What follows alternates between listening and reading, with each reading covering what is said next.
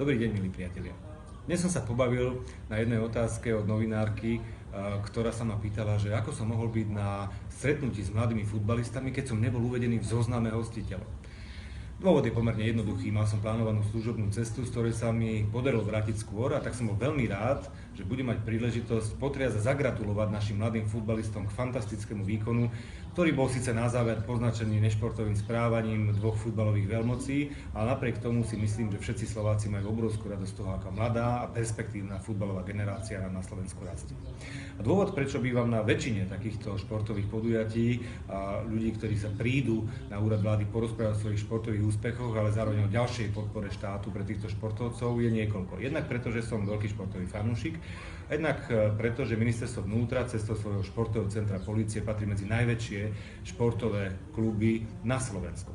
Samozrejme poznáte mnohých našich športovcov, či už sú to úspešní olympionici, či už Matej Beniuš, bratranci Škantárovci, strelkyňa Zuzka Štefečková alebo Danka Barteková, ale aj jedna, zatiaľ jediná profesionálna paraolympionička Veronika Vadovičová, pred ktorou si musí dávať každý pozor, pretože ich mužka je naozaj mimoriadne presná.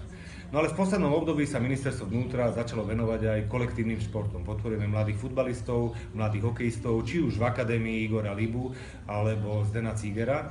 Ale takisto máme zámer vybudovať úplne novú športovú akadémiu, ktorá bude určená predovšetkým pre tých, ktorí možno si nemôžu dovoliť takéto športy, ale v každom prípade majú talent, a verím, že aj v týchto športových akadémiách vyrastú nové talenty, na ktoré budeme neskôr hrdí.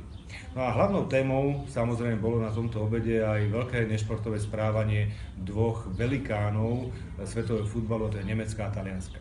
Ja si myslím, že popri slovách pána trénera Hapala a aj chlapcov, ktorí sa podelili o svoje naozaj trápenie, ktoré mali v závere tohto šampionátu, je fakt, že nie len, že teda ten zápas bol v závere úplnou fraškou, ale zoberte si, aký obrovský rešpekt a strach museli budiť výkony slovenských futbalistov, keď takéto dva renomované týmy sa rozhodli pre takúto podlú hru. Aj to je nakoniec výsledok toho, ako sa chlapci snažili, aké sú ich výsledky, aká je ich perspektíva, a že sa všetci môžeme tešiť na to, až v seniorských tímoch budú určite nás reprezentovať na majstrovstvách Európy alebo sveta, a vtedy som presvedčený, že sa už k nejakému poháru medaile určite dostaneme.